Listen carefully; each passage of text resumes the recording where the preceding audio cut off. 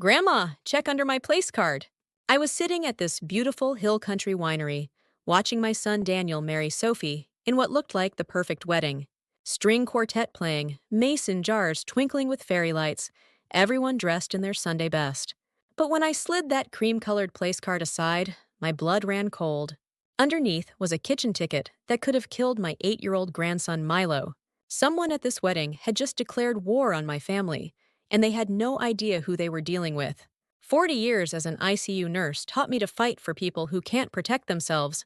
Tonight, I was about to put those skills to the ultimate test. Before we begin today's story, please hit subscribe and like. Also, share in the comments where you're listening from. Now, let's begin. I'm standing at this hill country winery outside Asheville, North Carolina, watching my 8-year-old grandson Milo fidget with his bow tie. The string quartet's playing something classical. Mason jars filled with fairy lights twinkle from every table, and everyone's dressed in their Sunday best for Daniel's wedding to Sophie. Milo tugs my sleeve. Grandma Ellen, check under my place card. I slide the cream-colored card with his name in fancy script, and my blood runs cold. Underneath is a kitchen ticket copy, the kind restaurants use. It reads, "Kids plate add peanut satay." My hands shake as I read it again. Peanut satay. For Milo, who nearly died from peanut exposure 3 years ago. I look around the reception. Sophie's gliding between tables in her designer dress, all smiles and Instagram poses. The photographers snapping pictures of the wedding party by the oak barrels. Everything looks picture perfect, like something from Southern Living magazine. But I'm holding proof that someone tried to poison my grandson. The string quartet transitions to something softer. Guests are taking their seats for dinner. Servers emerge from the kitchen carrying covered plates, and I can see small ramekins of sauce on some of the trays headed toward the kids' table. I fold the ticket and slip it into my purse, right next to Milo's 2 EpiPens and emergency antihistamine. My heart's beating like a drum against my ribs. 68 years old, 40 years as an ICU nurse, and I've never felt more awake, more focused. Someone at this beautiful wedding just declared war on my family. The question isn't whether I'll fight back. The question is how far I'm willing to go to protect the little boy who's looking up at me with trust in his brown eyes, completely unaware that his new stepmother might have just tried to kill him. I reach for my phone to text Nora, my goddaughter who's sitting 3 tables over. Time to call in reinforcements. My purse sits heavy on my lap as I inventory its contents by feel. 2 EpiPens, check. Emergency antihistamine, check. The crumpled kitchen ticket that could have been Milo's death sentence, check. 3 years ago, we learned the hard way that Milo's peanut allergy isn't the kind where he gets a rash. It's the kind where his throat closes and his blood pressure drops. And you have exactly minutes to get epinephrine into his system before you're calling a funeral home instead of a hospital. I watch the servers weaving between tables with their trays. Young college kids, probably working weekends for beer money, completely unaware they might be carrying a weapon disguised as dinner. My pulse thumps like a metronome. Lub-dub, lub-dub, lub-dub. It's the same rhythm I used to count when I was starting IVs in the cardiac unit, when seconds mattered and steady hands meant the difference between life and death. Across the room, Sophie poses for another photo, her veil catching the chandelier light. She looks radiant, innocent, like butter wouldn't melt in her mouth. But I've seen enough in 4 decades of nursing to know that evil doesn't always look like the monsters in children's books. Sometimes it wears a wedding dress and carries a bouquet of white roses. I check my watch. Dinner service starts in 10 minutes. The servers are already arranging the kids' plates on a separate tray, each covered with a silver dome like they do in fancy restaurants. One of those plates has Milo's name on it. And if that kitchen ticket is real, if someone actually followed through on that add peanut satay instruction, then my grandson is about to face the fight of his life. I grip the EpiPens through the leather of my purse and make a silent promise. Not on my watch. Not ever. I slip the kitchen ticket into my jacket pocket and catch Nora's eye across the reception hall. She's sitting with the other young adults, her dark hair swept up in a bun, wearing the navy dress we picked out together last month. I tap my phone twice against my water glass, our signal from when she was little and would get overwhelmed at family gatherings. She glances over and I mouth, "Come here." Nora excuses herself and walks over, her expression shifting from casual to concerned as she reads my face. 40 years of nursing teaches you to communicate urgency without causing panic. "Don't leave Milo's side," I whisper when she leans down to hug me. Not for a second. Not tonight. She nods without question. That's the thing about Nora. She's been helping me watch over Milo since he was born, especially after we lost Lenny. She knows I don't ask for help unless it's serious. What's wrong? She asks quietly. I shake my head slightly. Not here. Not with so many ears around us. Across the room, Sophie's posing with her bridesmaids near the wine barrels, her laugh carrying over the string music. Everything about her screams perfection. The dress that probably cost more than most people's monthly rent, the professional makeup that doesn't show a single flaw, the smile that could sell magazines. But I've been studying people's faces for decades, looking for the tells that mean someone's in pain, or lying, or scared. And right now, Sophie's eyes keep flicking toward the kids' table. Toward Milo. A server approaches our table, carrying the covered kids' plates. I watch him set one down at each small chair, the silver domes reflecting the fairy lights. The one in front of Milo's seat looks exactly like all the others. But I know what might be hiding underneath. Nora slides into the empty chair beside Milo, her hand casually resting on his shoulder. Good girl. She doesn't need to understand the threat to know how to shield against it. 3 weeks earlier, I'm sitting in the fellowship hall at Grace Community Church in suburban Charleston, watching Milo color in his Sunday school worksheet. The coffee's terrible, always has been, but the routine's comforting. Service at 10, Starbucks run afterward, then home for lunch and homework review. Family isn't about blood, I tell Pastor Williams when he asks about Daniel bringing Sophie to service. It's about responsibility. The words come out sharper than I intended, but they're true. Family means showing up. It means putting someone else's needs before your own comfort. It means staying vigilant even when everyone else thinks you're being paranoid. After Starbucks, I drive Milo to school to meet with his teacher and the school nurse about his 504 plan. It's a federal accommodation that ensures his allergy is taken seriously. No peanut products in the classroom. Emergency medications always accessible. Trained staff who know what to do if something goes wrong. Mrs. Patterson, the nurse, reviews the emergency action plan while Milo plays on his phone. 2 EpiPens minimum. Call 911 immediately. Don't wait to see if symptoms improve. He's had one serious reaction, I tell her. 3 years ago at a birthday party, someone brought homemade cookies with peanut butter. Didn't think to mention it. His lips swelled. He couldn't breathe. Scariest 10 minutes of my life. The teacher takes notes. We'll make sure all the substitute teachers know too. This is what family means. Sitting through boring meetings, filling out paperwork, having the same conversations over and over because one missed detail could cost everything. When we get home, Daniel's car is already in the driveway. He's hunched over his Dell laptop at the kitchen table, probably fixing some network issue for the county. That's how he copes with losing Lenny. Buries himself in work tickets and server maintenance. But Milo still needs rides to school and help with homework, and someone to remember that he can't eat the same snacks as other kids. That someone is me. Because family isn't about blood, it's about responsibility. Daniel's been different since Lenny died. Not broken exactly, but hollowed out. Like someone carved away the parts that used to laugh easily and sing along with the radio. He sits at the kitchen table most evenings now, laptop open, responding to IT tickets from county employees who can't remember their passwords or figure out why their email stopped working. It's easier than dealing with the empty chair where his wife used to sit. Lenny used to handle Milo's school stuff, the doctor appointments, the careful meal planning that keeps peanuts out of our house. Now that falls to me and Nora, who's become like a daughter to all of us since she started helping out. Science fair projects due next week, Nora tells Daniel over dinner on Tuesday. She's got Milo's assignment sheet spread out next to her plate. We're doing something with plant growth and different types of soil. Daniel nods without looking up from his laptop screen. Sounds good. Milo pushes his green beans around his plate. Mom always helped with science fair. The kitchen goes quiet, except for the hum of the refrigerator. Daniel's fingers stop moving on the keyboard. Your mom would have loved your project, I tell Milo. She always said you had her curious mind. It's true.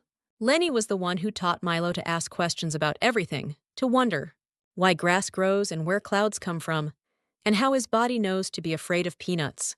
Nora fills the silence by pulling out poster board samples. We could do green for the plant one, or maybe blue like the sky. This is how we've learned to work around the grief. Nora steps in where Daniel can't. I cover what Nora misses, and somehow Milo gets what he needs. even though the person who should be giving it to him is buried in Magnolia Cemetery. The pantry is still organized exactly how Lenny left it. Nut-free section on the top shelf, clearly labeled containers, backup EpiPens in the kitchen drawer. Some things are too important to change. Saturday afternoon in my backyard, and I'm serving Costco apple pie to half the neighborhood. Daniel's actually here instead of hiding behind his laptop, which should make me happy. Instead, I've got that feeling in my stomach, like when you're driving and realize you missed your exit. Kids are tossing a baseball near my Chevrolet, and the adults are clustered around the picnic table, talking about gas prices and who's running for city council. Normal Saturday stuff. Then Daniel stands up with his beer bottle and clears his throat. Everyone, I've got something to say. His voice carries that nervous edge it gets when he's about to do something big. Sophie and I are engaged. Most people clap. A few of the women squeal and demand to see the ring. Someone calls for another beer to toast with. But I'm watching Milo. He's gone still beside the oak tree, baseball forgotten in the grass. His face has that careful blankness kids get when they're trying not to show how they really feel. Sophie appears with a plate of cupcakes from the fancy bakery downtown. I brought dessert for everyone. She kneels down next to Milo and offers him one with pink frosting. Want to celebrate with us, sweetie? Milo steps backward. Not dramatically, just a small shift that puts more space between him and the cupcake. No thank you, he says politely. Sophie's smile flickers for just a second. Are you sure? They're really good. He can't have those, Nora says, appearing beside them. Possible cross-contamination from the bakery equipment. Oh, right, Sophie says, but her voice has an edge to it. The allergy thing. The allergy thing. Like it's some kind of inconvenient quirk, instead of a medical condition that could kill him. I cut an extra-large slice of apple pie and take it over to Milo. Here, honey. This one's safe. He takes it gratefully, and I ruffle his hair. But I'm looking at Sophie over his head, and she's looking back at me. And there's something in her eyes that makes my chest tighten. Something that looks like resentment. 2 weeks before the wedding, we're at the winery for the final tasting. Sophie's brought her wedding planner, a nervous woman who keeps checking things off on a clipboard, and the caterer's laid out. Sample portions of everything that'll be served. I'm studying the kids' menu when Sophie slides a small plate toward Milo. Try this pecan tart. It's amazing. The plate stops moving when my hand covers it. He can't have that, I say, keeping my voice pleasant. Nuts. Sophie laughs, but it sounds forced. Oh, come on. One little bite won't hurt. Actually, it could. I slide the plate back toward her. His allergy is severe. The table goes quiet. Daniel's looking uncomfortable, the wedding planner's scribbling notes, and the caterer's watching everything with professional interest. Of course, Sophie says finally. I'm sorry. Sometimes I forget how serious it is. How do you forget that your future stepson could die from eating the wrong thing? How do you casually offer him something that could put him in the hospital? No peanuts, tree nuts, or anything processed in facilities that handle nuts, I tell the caterer directly. We'll need separate preparation areas and dedicated utensils for his meal. The caterer nods. Absolutely. We deal with allergies all the time. And we'll need to see the labels on any packaged items. I continue. Sophie's smile is getting tighter. Ellen, I'm sure they know what they're doing. I'm sure they do too. But I've been managing this for 3 years now, and double-checking never hurt anyone. The wedding planner makes more notes. Sophie changes the subject to flowers. But as we're leaving, I hear her talking to Daniel in the parking lot. Your mother seems a little intense about all this. She's just protective, Daniel says. You understand. Of course I understand. I'm going to be Milo's stepmother. I want what's best for him, too. I get in my car and start the engine. But I sit there for a minute, watching them in my rearview mirror. She wants what's best for Milo. So why did she try to give him a pecan tart? The family group text starts buzzing Sunday night after dinner. Daniel, Mom, Sophie called. She's upset about the tasting. Me, what about it? Daniel. She feels like you don't trust her with Milo. I stare at the phone screen for a full minute before typing back. Me. I don't trust anyone with Milo's allergy except people who understand how serious it is. Nora. What happened at the tasting? Daniel. Mom made a big deal about the catering when Sophie was just trying to be nice. Just trying to be nice. Like offering a potentially deadly dessert to an allergic child is some kind of social courtesy. Me, she offered him a pecan tart. That's not being nice. That's being careless. Daniel, you're overreacting. Those two words hit me like a slap. Overreacting. The same thing people said 3 years ago when I insisted Milo couldn't go to that birthday party. The same thing I heard from teachers who thought I was being paranoid about hand-washing protocols. I closed the group text and opened my email instead. Forward Milo's medical records to my cloud storage. Forward the email thread with the caterer about allergen protocols. Forward his 504 plan from school. If I'm overreacting, then I'll have documentation to prove it. If I'm not, then I'll have evidence that someone didn't take this seriously enough. My phone buzzes with another text from Daniel. Can you just try to give Sophie a chance? She's going to be part of this family. I don't respond. Instead, I call Nora. You saw what happened at the tasting, right? I ask when she picks up. Yeah. It was weird. Who offers a nut dessert to a kid with a nut allergy? Someone who doesn't understand the situation. Or someone who doesn't care about it. Nora's always been direct. It's one of the things I love about her. Daniel thinks I'm overreacting, I tell her. Daniel's in love. People in love see what they want to see. I look out the window at Milo playing in the backyard, completely unaware that his future is being debated in text messages and phone calls. Just keep your eyes open at the wedding, I tell Nora. Something feels off. Wedding day dawns clear and warm, perfect for an outdoor ceremony at the Hill Country Winery.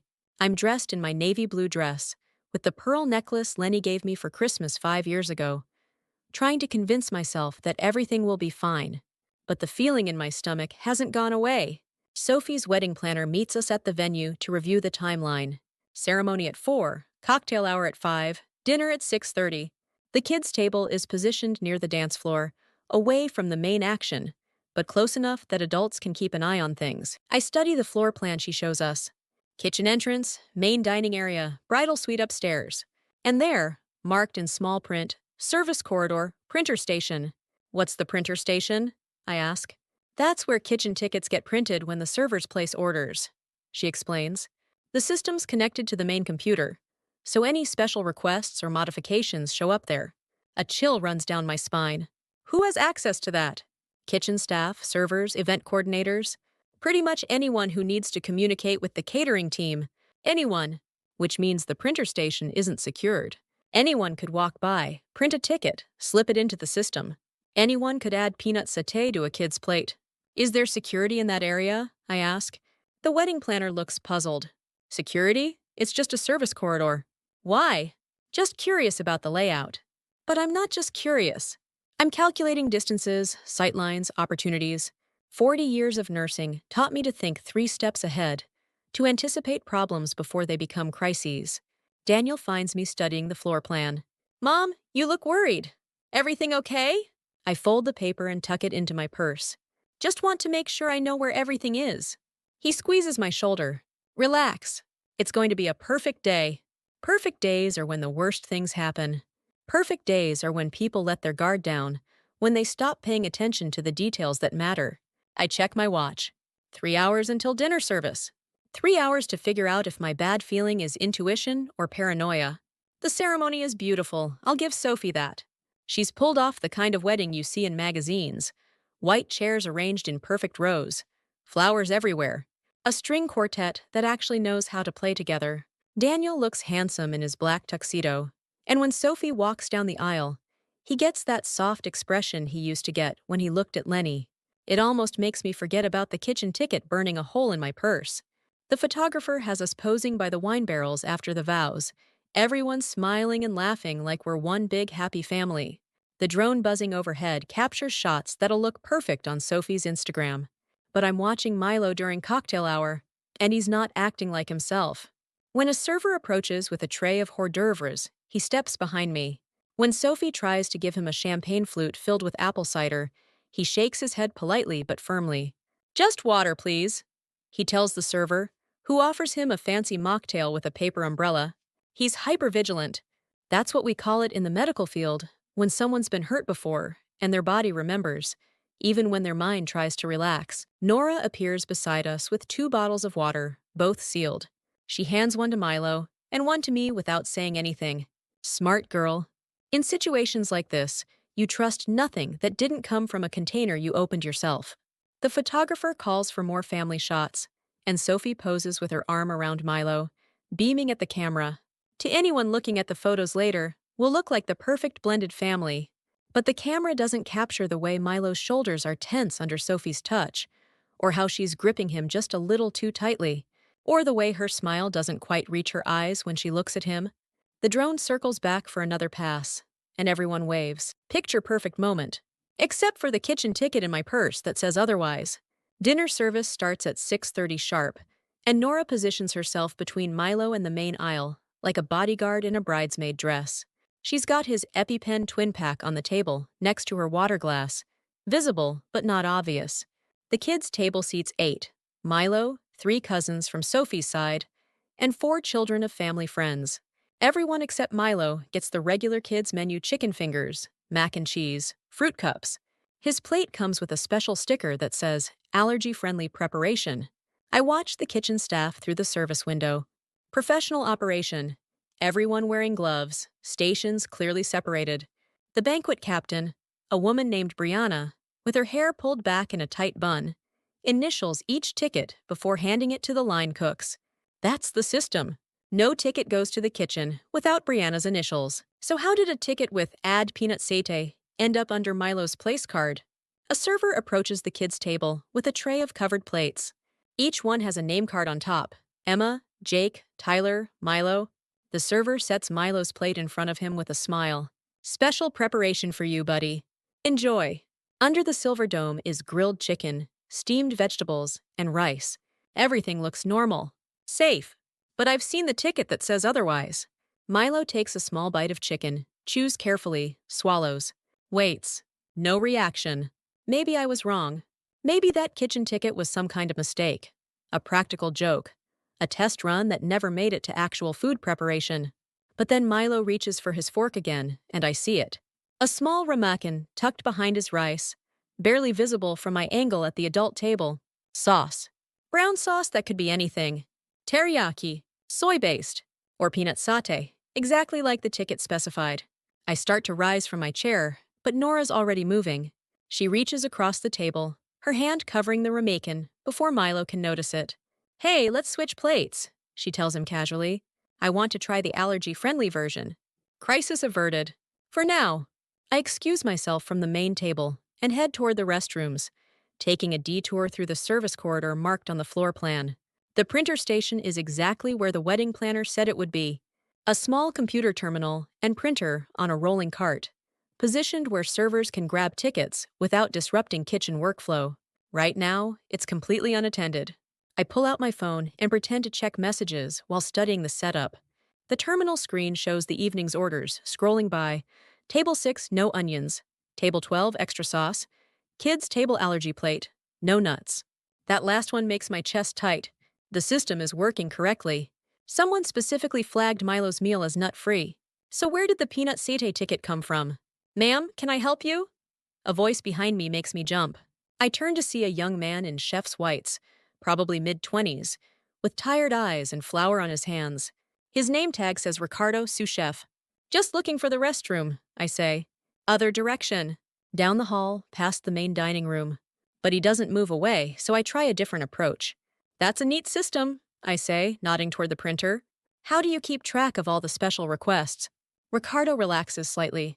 Pretty standard stuff. Orders come through from the floor manager, get printed here, then go to the appropriate station. Nothing goes to the kitchen without the banquet captain's initials, though. Brianna's real strict about that. What happens if someone needs to add something after the original order? Has to go through the same process. New ticket, captain's approval, proper authorization. We don't mess around with modifications, especially not allergy stuff. He points to a red folder taped to the printer cart. See that? Those are tonight's allergy alerts. We check every single ticket against that list before we start cooking. I nod and thank him, then head toward the restrooms. But I've learned what I needed to know. Every legitimate ticket requires Brianna's initials. Every allergy modification gets double-checked. The ticket in my purse has neither. After dinner, the kids get gift bags filled with wedding favors. Little packages of Jordan almonds, chocolate coins, and homemade treats from the bride's family. Standard wedding stuff. But when I examine Milo's bag, my blood pressure spikes. Every other child got the same items mints in clear cellophane. chocolate coins in gold foil, and Jordan almonds in white paper. Milo's bag contains all of that, plus something extra, a small package of peanut brittle from a local candy shop. No allergy warning label. No may contain disclaimer. Just pure peanut brittle tucked in with the safe treats, like a landmine in a flower garden. I pull out my iPhone and photograph the bag contents with timestamp enabled. Evidence. Then, I slip the peanut brittle into my purse next to the kitchen ticket. 2 attempts now. 2 separate ways someone tried to expose Milo to peanuts tonight. Nora notices me examining the favor bag. What's wrong? I show her the peanut brittle package.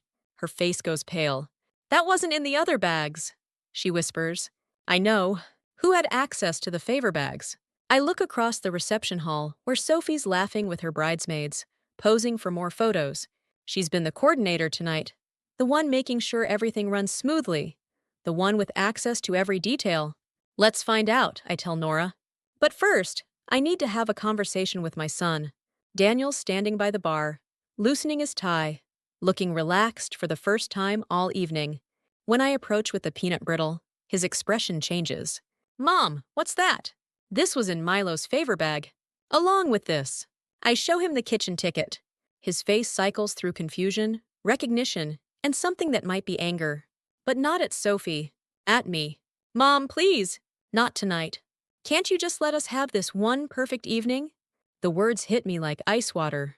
My son, choosing his new wife's reputation over his child's safety. Daniel, someone is trying to hurt Milo. Someone made a mistake. Maybe 2 mistakes. But Sophie would never. He trails off, but his eyes say everything.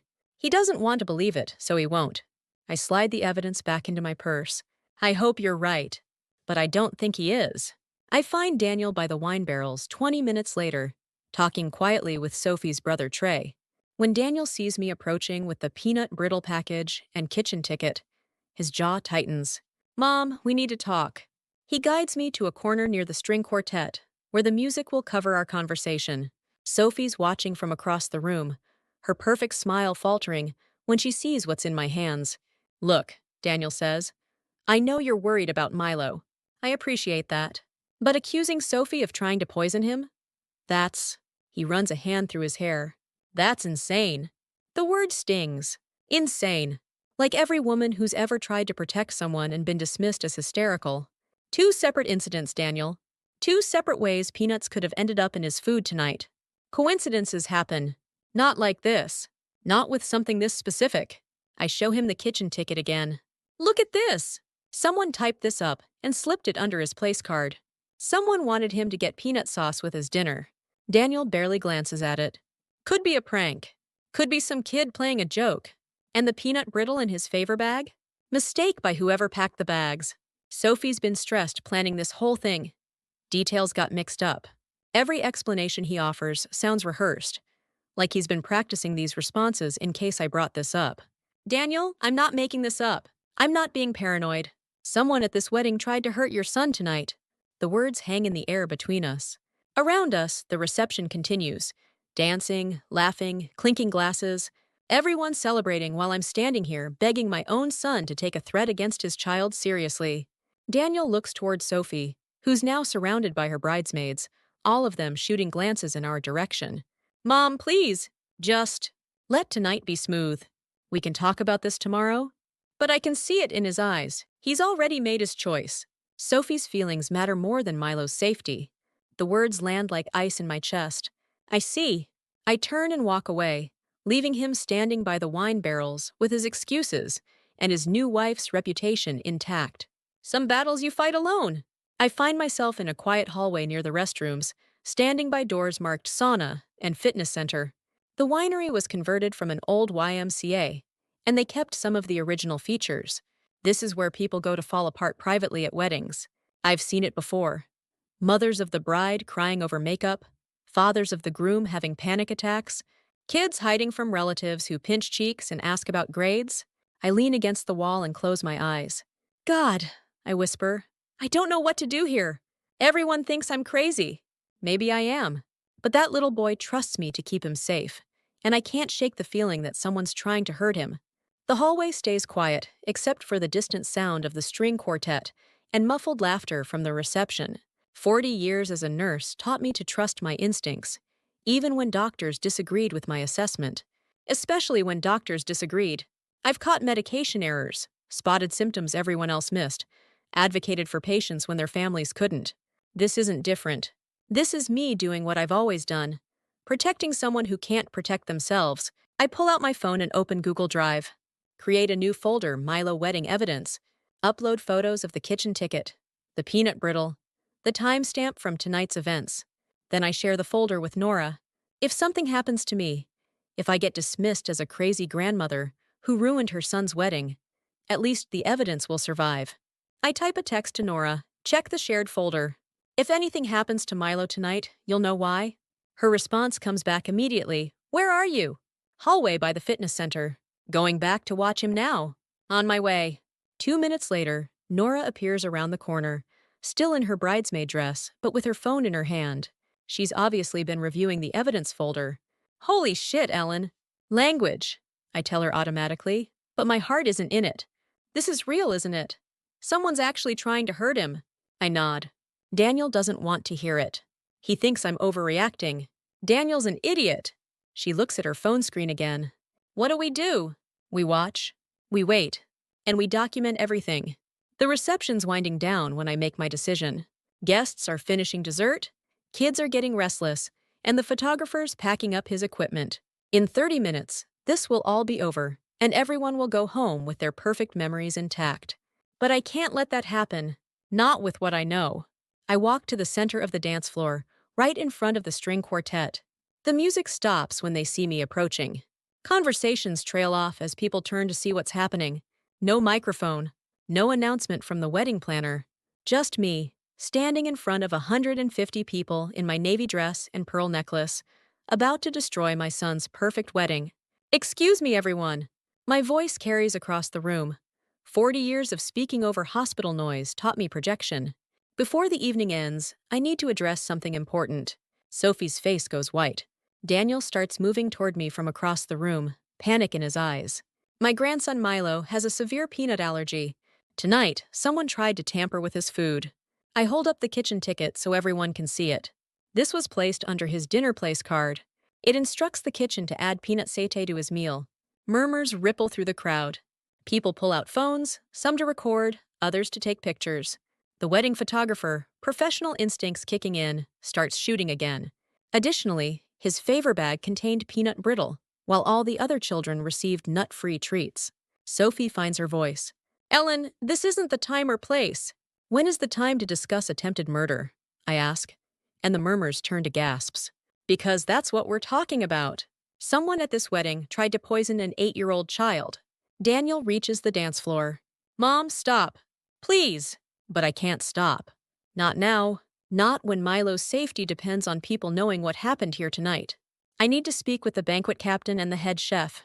I need to verify whether this ticket was processed through proper channels. The crowd parts as Ricardo, the sous chef, approaches. Behind him comes Brianna, the banquet captain, still wearing her event coordinator badge. Time to get answers in front of witnesses. Ricardo takes the kitchen ticket from my hands and examines it under the chandelier light. His face changes as he reads it. Ma'am, this ticket doesn't have any of the proper authorization marks. He shows it to Brianna, who's standing beside him with her arms crossed. See here? No initial from me, no stamp from the prep station, no sign-off from the banquet captain. Brianna nods grimly. That's correct. Every ticket that goes through our kitchen gets multiple checkpoints. This one has none of them. The reception hall is dead quiet now, except for the clicking of phone cameras and the distant sound of a child crying somewhere. What does that mean? Someone calls from the crowd. It means this ticket never went through official channels, Ricardo explains. Someone typed this up and printed it, but it never reached our kitchen staff. We never saw this request. Sophie steps forward, her wedding dress rustling. Well then, no harm done, right? If it never reached the kitchen, then Milo was never actually in danger. Smart response. Technically accurate, but I'm not done. Show them the sauce, I tell Nora. She produces the small ramekin she intercepted from Milo's plate, carefully wrapped in a napkin. Ricardo accepts it and removes the lid. This is peanut satay, he says immediately. We don't serve this sauce with any of our standard menu items. Someone had to special order it. But you just said the ticket never reached your kitchen, Brianna points out. It didn't, which means someone else provided this sauce and placed it on the child's plate after it left our kitchen. The crowd erupts in whispers. People are turning to look at each other, trying to figure out who could have done such a thing. I catch Sophie's eye across the dance floor. She's not whispering with the guests. She's not looking shocked or confused like everyone else. She's staring at me with pure hatred. And that tells me everything I need to know. The crowd's getting restless, people talking over each other, trying to process what they've just heard. Some guests are gathering their purses and looking for exits. Others are clustering around Sophie, offering support and confused sympathy. But I'm watching Trey, Sophie's 22-year-old brother, standing near the wine barrels in his Target-bought dress shirt and clearance rack tie. He's gone pale, and his hands are shaking as he scrolls through something on his phone. "Trey!" I call out, and every head in the reception hall turns toward him. "Do you have something to add to this conversation?" He looks up from his phone like a deer caught in headlights. What? You've been very quiet since we started talking about the kitchen ticket. Do you know anything about how it might have been printed?" Sophie's moving toward her brother now, her face tight with warning. Trey doesn't know anything about catering systems. But Trey's not looking at his sister. He's looking at me, and I can see the guilt written all over his face. "Son," I say gently, using my ICU voice, the tone that makes people tell the truth, even when they don't want to. "If you know something about this, now's the time to speak up. A child's safety was at risk tonight." Trey glances around the room at all the faces staring at him. Wedding guests with their phones out, his family looking confused, Daniel and Milo standing off to the side, watching everything fall apart. His shoulders sag. "She asked me to print something," he says quietly. The reception hall goes dead silent. "What did you say?" Sophie's voice is sharp with panic. "You asked me to print a ticket from the hallway workstation. Said it was a joke. Said you wanted to mess with the old lady who was being paranoid about allergies." Every word lands like a physical blow. The crowd turns to stare at Sophie, who's standing frozen in her wedding dress, her perfect makeup starting to run. "Trey, shut up," she hisses. "You don't know what you're talking about." But he's already started confessing, and 22-year-olds don't know when to stop. "You said it would be funny to make her think someone was trying to poison the kid. You said she'd freak out and everyone would see how crazy she is." The room erupts. Guests shouting, people demanding explanations, voices raised in anger and shock. Daniel's face has gone completely white. He's staring at his new wife like he's seeing her for the first time. And Milo's looking up at me with wide eyes, finally understanding why Grandma Ellen was acting so strange all evening. Understanding that his new stepmother tried to hurt him. The venue manager appears with 2 security guards and a tablet computer. Professional crisis management mode. Contain the situation, document everything, protect the business from liability. "Mrs." He looks at me expectantly. "Morrison. Ellen Morrison. Mrs. Morrison, we take allegations like this very seriously. We'd like to review our security footage to clarify exactly what happened tonight." Sophie's voice cuts through the crowd. "This is ridiculous. You're going to ruin my wedding over some paranoid woman's conspiracy theories?" But it's too late for damage control. Trey's confession changed everything. Now people are looking at her differently, seeing the calculation behind the perfect smile.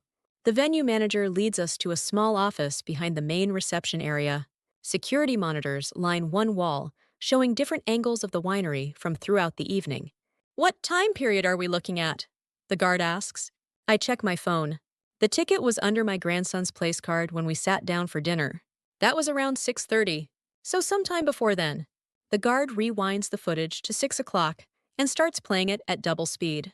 We watch servers setting up tables, guests mingling during cocktail hour, the photographer directing group shots.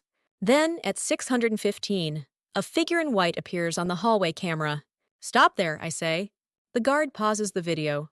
There's Sophie, still in her wedding dress, walking purposefully down the service corridor toward the printer station. "Continue," Daniel says quietly. His voice sounds hollow. We watch Sophie look both ways down the hallway, then step up to the printer terminal. Her back is to the camera, but we can see her typing something, then collecting a printed page from the output tray. The timestamp matches perfectly with my iPhone photos from dinner. "She was alone?" the venue manager asks. "Appears so," the guard confirms. Want to see it again? We watch it 3 more times. Each viewing makes it clearer, more undeniable. Sophie planned this. Sophie printed the fake kitchen ticket. Sophie tried to trick the catering staff into serving peanut sauce to her allergic stepson. And when that didn't work, she made sure peanut brittle ended up in his favor bag as a backup plan. I need a copy of this footage, I tell the venue manager. Absolutely. We'll have it ready within the hour. Back in the reception hall, Sophie's surrounded by her bridesmaids and family members, all talking at once, trying to figure out how to salvage the situation. When she sees us returning from the security office, her expression hardens. Well? She demands. Did your little investigation prove anything? I don't need to answer. Daniel does it for me. The cameras show you printing the ticket, Sophie. 6:15 p.m., service corridor, printer station. It's all there. The color drains from her face, but she rallies quickly. That proves nothing. Maybe I was printing something else entirely. The timestamp matches the ticket exactly, the venue manager says, producing a printed screenshot from the security footage. And our printer logs show only one document was printed from that terminal during the time period in question. Sophie looks around at the faces staring at her. Wedding guests, family members, catering staff, all of them beginning to understand what really happened tonight. This is insane, she says. But her voice lacks conviction now. Why would I hurt Milo? He's going to be my stepson. That's exactly why, I say. And the pieces finally click into place. You didn't want to be a stepmother. You wanted Daniel, but you didn't want the complicated parts. The allergy management, the school meetings, the careful meal planning. You wanted him gone. That's not. She starts to protest, then stops. Because we all know it's true. A woman in the crowd speaks up. I think she's Sophie's aunt. Sophie, honey, is this real? Did you actually try to poison that little boy? The question hangs in the air. This is her chance to deny everything, to claim it was all a misunderstanding, to try to save some shred of her reputation. Instead, Sophie's mask finally slips. He's ruined everything, she says, her voice rising. Every restaurant reservation, every family gathering, every simple thing has to be about his stupid allergy. I can't even have peanut butter in my own house because of him. The confession hits like a bomb. People gasp, step backward, pull out phones to record. So yes, Sophie continues, her voice getting shriller, I wanted him to get sick. I wanted Daniel to realize how much easier life would be without that constant worry, that constant burden. She called Milo a burden. In front of everyone, including him. The police arrived 10 minutes later. 2 officers from the county sheriff's department take statements, while the wedding guests mill around in stunned silence. Most people have started leaving, gathering their purses, making awkward goodbyes, getting in their cars, and driving away from what was supposed to be a celebration. Officer Martinez takes my statement first, documenting the kitchen ticket, the peanut brittle, the security footage, and Trey's confession. Professional and thorough. We'll need to file a report for attempted child endangerment, she tells me. This kind of intentional exposure to a known allergen. That's serious criminal behavior. Sophie's standing by the wine barrels with her lawyer, someone her father called, who arrived within 20 minutes. Even now, she's trying to control the narrative. It was a prank, I hear her telling the officer taking her statement. A stupid joke that went too far. I never intended for him to actually eat anything dangerous. But the evidence tells a different story. 2 separate attempts, 2 different delivery methods. That's not a prank. That's a systematic plan to harm a child. The venue manager approaches me with a manila envelope, security footage, printer logs, and catering records from tonight. Everything you requested. I tuck it into my purse next to the original evidence. Documentation is everything in cases like this. Security escorts Sophie out of the reception hall 20 minutes later.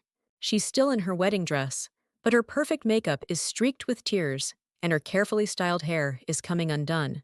Some of the remaining guests shake their heads as she passes. Others reach out to hug Milo, who's been quietly sitting at the kids' table through all of this, probably trying to process what his new stepmother tried to do to him. Ricardo appears at my elbow. Ma'am, we've replaced all the kids' meals with individually sealed options from our allergy-safe supplier. Kitchen policy going forward. No open containers for anyone with documented food allergies. Good policy. Should have been in place already, but better late than never. The string quartet packs up their instruments. The photographer deletes the posed family shots from his camera. The wedding cake sits untouched on its table, a beautiful monument to a marriage that lasted about 4 hours. Daniel finds me as I'm gathering our things. Mom, He stops, unable to find words. We'll talk tomorrow, I tell him. Tonight, let's just get Milo home. The parking lot's nearly empty when Daniel finally approaches me. He's loosened his tie and taken off his jacket, and he looks older than he did this morning. Like he aged 5 years in one evening. Mom, I owe you an apology. I wait for him to continue. I should have listened. I should have taken the threat seriously. I should have protected my son instead of.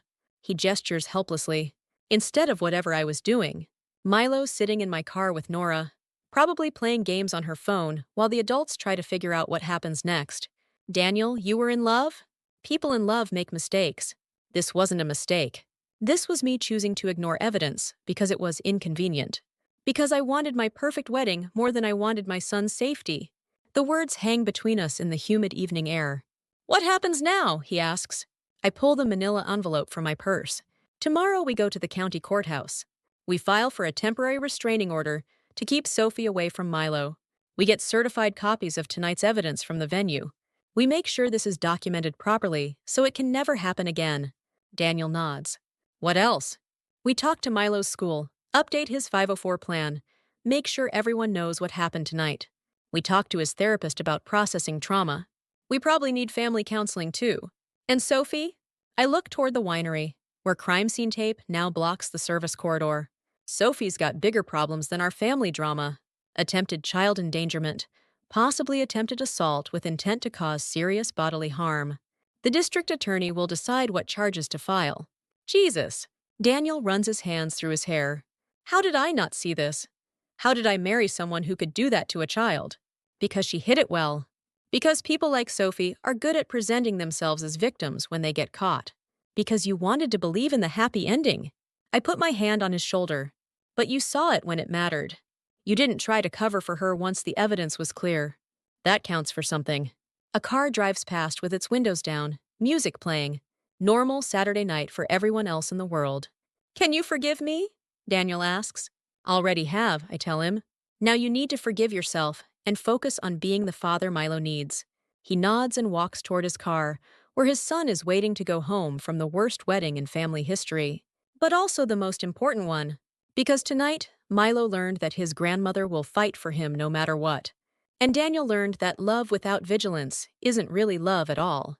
3 weeks later, I'm sitting in the bleachers at Milo's Little League practice, watching him pitch strikes and run bases like any other 8-year-old. The restraining order's been filed, Sophie's facing criminal charges, and life is slowly returning to whatever normal looks like now. Daniel picks me up after practice in his Ford, and we stop by the backyard barbecue I'm hosting for the church potluck committee. Same crowd as always. Neighbors and friends clustering around picnic tables, kids playing catch on the grass. But this time, everyone knows about allergen safety. The potluck sign-up sheet requires ingredient lists. Every dish has a label. The dessert table's organized with clear separation between safe and potentially dangerous items. You know, Ellen, says Mrs. Peterson from the choir, I never realized how serious food allergies could be until I heard what happened at the wedding. Word travels fast in small communities. The story's been told and retold until it's taken on mythic proportions. The grandmother who saved her grandson from a murderous stepmother. The wedding that ended in handcuffs. The bride who tried to poison a child. Most versions are exaggerated. But the core truth remains: someone tried to hurt Milo, and the adults around him figured it out in time to stop it. Nora approaches with a plate of carefully labeled cookies. Nut-free chocolate chip, made in a dedicated allergy-safe kitchen. She's been taking food safety classes at the community college, learning proper protocols for managing severe allergies. Says she wants to open a catering business that specializes in allergen-free events. Milo's science fair project won second place. His display on soil types and plant growth sits on my kitchen counter, next to the participation trophy and a photo of him accepting the award. The school updated his 504 plan and trained additional staff in emergency procedures. The nurse's office now stocks backup EpiPens in 3 different locations. Principal Matthews says they're implementing these protocols district-wide. Small victories. Incremental changes. The way real progress happens. Daniel's seeing a therapist to work through guilt and trust issues. He's also spending more time with Milo, coaching Little League, helping with homework, handling bedtime stories instead of hiding behind his laptop. Sophie pleaded no contest to attempted child endangerment and received 2 years probation plus community service. She's also required to attend counseling and stay away from our family. Sometimes the system works. Thanksgiving dinner at my ranch-style house. And for the first time in months, everything feels right. Daniel's carving turkey at the kitchen counter, while Nora mashes potatoes and Milo sets the table with my good china. The menu's been carefully planned. No nuts anywhere in the house, everything labeled and double-checked. Backup EpiPens in easy reach. But it doesn't feel restrictive anymore. It just feels like taking care of family. What are we thankful for this year? I ask, when we're all seated around the dining room table. Milo raises his hand like he's in school. I'm thankful Grandma Ellen saved me from the mean lady. The mean lady. That's what he calls Sophie now. Direct and accurate. I'm thankful for second chances, Daniel says, looking at his son. And for people who don't give up on family, even when family makes stupid decisions. Nora holds up her glass of apple cider. I'm thankful for strong women who teach me how to fight for what matters. They all look at me expectantly. I'm thankful that we're all here, I say simply, safe and together, and learning how to take better care of each other. The apple pie comes from Murphy's Diner downtown, the same place we've been getting dessert for family gatherings since Daniel was Milo's age. Some traditions are worth keeping. After dinner, we sit on the front porch, watching Milo fly the kite Daniel bought him for his birthday. Red and blue fabric dancing against the sunset, string unwinding as it catches the evening breeze. You know what I learned this year? Daniel asks, settling into the chair beside me. What's that? Family isn't blood. It's responsibility and respect. Just like you always said. The words warm me more than the November sunshine. Not because I was right, but because he finally understands what I've been trying to teach him since he was small. Family means showing up. It means staying vigilant. It means protecting the people who can't protect themselves, even when everyone thinks you're being paranoid. I pull the manila envelope from the wedding out of my desk drawer later that evening and file it away in the cabinet where I keep important papers. Birth certificates, medical records, insurance policies. The evidence that saved Milo's life. But then I take out a different photo. Milo holding his science fair trophy, grinning at the camera with gaps where his front teeth used to be. This one goes on the refrigerator where I'll see it every day. Some stories end with justice. Some end with healing. The best ones end with hope. Outside, a kite dances in the fading light, and my grandson's laughter carries on the wind.